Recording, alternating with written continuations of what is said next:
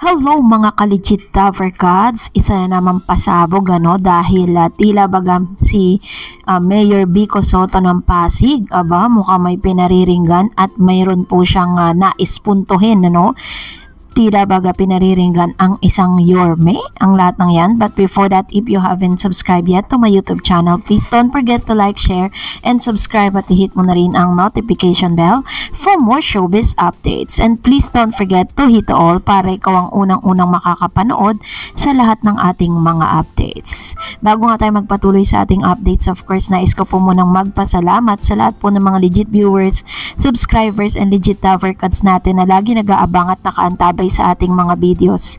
Maraming salamat po sa inyong panonood. Of course, bago tayo magpatuloy, magsha-shoutout lang tayo sa ilan sa mga legit Tavercads natin. Unahin natin si Giselle Reyes of 6695. Sabi niya, pa-shoutout naman po ako. Ayan, shoutout po sa inyo, Ma'am si Giselle. Salamat po sa panonood po ninyo palagi sa ating po mga videos. And of course, Medarlo Leoncio, legit Tavercad, solid TBJ ako mula noon hanggang ngayon. Pa-shoutout po, Ma'am from East Rainbow. Hello po sa inyo pong mga, ito pa po isa si Mr. Medardo. Kung gusto niyo po ma-shoutout, mag-comment lang kayo sa comment section natin at isa-shoutout natin kayo sa ating pong next vlog. Thank you so much mga legit Tavercads sa inyong palagiang panonood. At ngayon pag-usapan natin ito kasi po na-interview ang isang dito po sa Reality Check Net 25 na pinangungunahan or hosted by Tito Soto.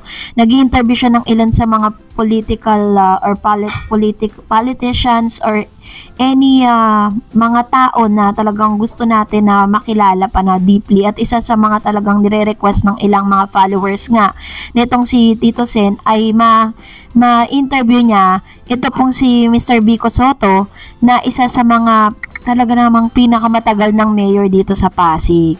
Pero for us to continue this, bigyan ko lang kayo ng konting background about Vico Soto. Si Victor Maria Rehis Vico Nubla Soto, born June 17, 1989, is a Filipino politician serving as the incumbent mayor of Pasig, a member of the Soto family. He first entered politics when he ran for seat on the Pasig City Council in 2016. He won the election as an independent and served a term in the City Council. He joined the Action Democratico Party and was elected mayor of Pasig in 2019 with a platform focused on public consultation, data-driven governance, and universal health care in the city, which prioritizes housing programs, easier access to education, and cracking down on corruption. Soto was re-elected in 2022. Shortly afterward, he resigned from Action Democratico. So hanggang sa ngayon po, siya po ay namamahala at siya po ang isa sa mga magaling na mayor dito po sa Pasig, at lahat po ng kanyang mga lahat ng mga platapormang sinabi niya noon ay unti-unti niyang tinutupad. At isa sa mga talaga na masasabi nating ginawa niya dito is yung clean o yung graft and corruption. Yun po yung talagang tinutukan niya, kasi sabi niya, masasabi niya raw na talagang sa kanyang pamamahala is 100% na talagang meron pong pondo ang Pasig. Sabi niya nga pwede naman daw pala na mamuno ka ng isang lugar na hindi po kayo nang walang graft and corruption. Yun yung isa sa mga pinagmamalaki niya. In 2021, the United States Department of State recognized Soto as one of the 12 recipients of the International Anti-Corruption Champions Award for his effort towards anti-corruption. So yun talaga yung tinutukan niya, at makikita po natin sa mga larawan kung gaano po ka-supportive ang kanyang pong mga magulang, although separated na sila dahil may sariling pamilya na po si Bossing Vic, at ganon din si Miss Connie Reyes naman ay nanatiling single mom, mula na naghiwalay po sila ni Bossing. So dahil po dito, ikinuwento rin itong si Mr. Vico Soto or Mayor Vico Soto kung paano po naglalaan ng oras ito pong si Bossing na para lang makasama sila sa dinner or sa isang kumbaga parang naglalaan po ng panahon itong si Bossing para makasama niya yung kanyang anak na si Vico. And afterwards, ito na nga po, no, so tinanghal po si Mr. Vico Sotto as one of the talagang masasabi mong promising na politician dito sa Pilipinas dahil talagang clean governance po talaga yung kanyang pinaiiral dito sa Pasig. At sa kanyang interview po with dito po kay Mr. or Tito Sen, natanong po sa kanya ang isang katanungan na talagang matagal na pong gustong-gustong malaman ng publiko dahil po magaling po talagang masasabi mo talagang magaling at may ibubuga siya na para po sa higher position. So, ito po yung tanong sa kanya ni Tito Sen, panoorin po natin. Yung presidente ng Pilipinas someday. Ako po? Check tayo dyan o X yan? Sa akin, X yan. hindi tayo dapat nag-ambisyon ng posisyon. Kung ano yung open door, kung ano yung pwede kong gawin ngayon, yun lang yung iniisip ko. Sometimes Tinanggihan po niya na in case po na meron po or marami kasi nagre-request na tumakbo siya for the higher position na sa president. Pero ang sabi niya, wala daw po, hindi daw po niya inaambisyon ang higher position. Mas gusto niya raw po muna dito po sa kanyang posisyon hanggat may mga nagagawa pa siya at kailangan pa niyang gawin. Tuloy, dahil po dito na ikumpara po, ito pong si Vico Sotto dito po kay Yorme. Kasi 'di ba kung matatandaan po ninyo is naging mayor din po ito pong si Isko Moreno sa Maynila.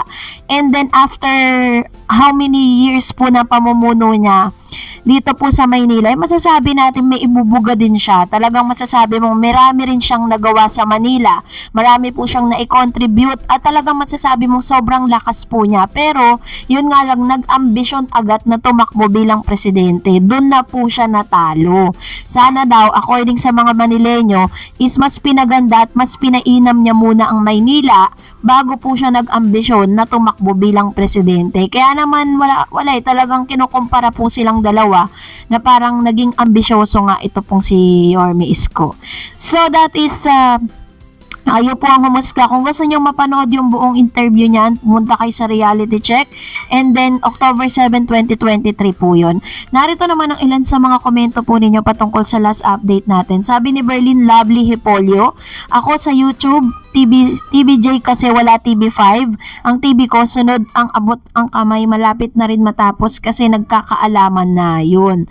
So, talaga po, talagang pati po mga teleseries, di ba, pinanonood na rin ng ilan sa mga legit Davercats kasi pagkatapos po niyan, parang I think it's Maha Salvador, parang ganun eh. So, sabi ni Flerida Lopez, legit Davercats since 1979 to present, till forever. Ayan. So, malapit-lapit na rin po nating magagamit na po ng TVJ ang kanila pong legit na titulo. So, abangan natin yan. Tida Mateo 9666 also said, bakit kagigising sa umaga? Bakit? Kasi manonood ako ng TVJ. Ako kaya, di ako natitigok agad kasi habang may TVJ buhay ako. Wow naman! Grabe naman yun, di ba? Parang sobrang, parang sinasabi po dito ni Miss Tida Mateo na isa sa mga stress reliever niya ang manood ng TVJ, no? Talagang, kumbaga parang ito po talaga yung, hindi buo yung araw niya kapag hindi siya nakakapanood nito. Kaya nga, di ba, nung nagkaroon ng aberya na parang wala pong sounds, yung portion po ng, nung kay Yorme na, kay Mayor Isko na, Mayor Jose Manalo, talaga nagkakagulo yung mga sa comment section, wala talagang sound as in. Sabi ni Erlinda Montemayor, E80 lang aking noontime show, gumigising ako ng 6 ng umaga para makapanood ng live streaming ng TVJ on TV5, Florence from Italy. Wow! Ito naman po yung mga natin, yung mga talagang mga OFW natin at yung mga nasa ibang bansa, no? Kasi magkaiba ng oras eh. At talagang inaabangan niya po yung oras na yon. Sabi ni Vista Fancy, sana habaan pa ang oras ng E80 at expand pa ang stage. More power sa lahat. Ayun. So, ito naman, isa rin to sa mga OFW natin o yung mga nakatira sa ibang bansa, no? At yun po yung ilan sa mga request natin na una, dapat mas habaan pa, at least 3 hours, diba? Kasi parang ang nangyayari kasi ngayon, mas mahaba po yung advertisement sa television kaysa po yung napapanood nating segment. Parang sobrang tipid na. Tinitipid po talaga nila yung kanilang oras.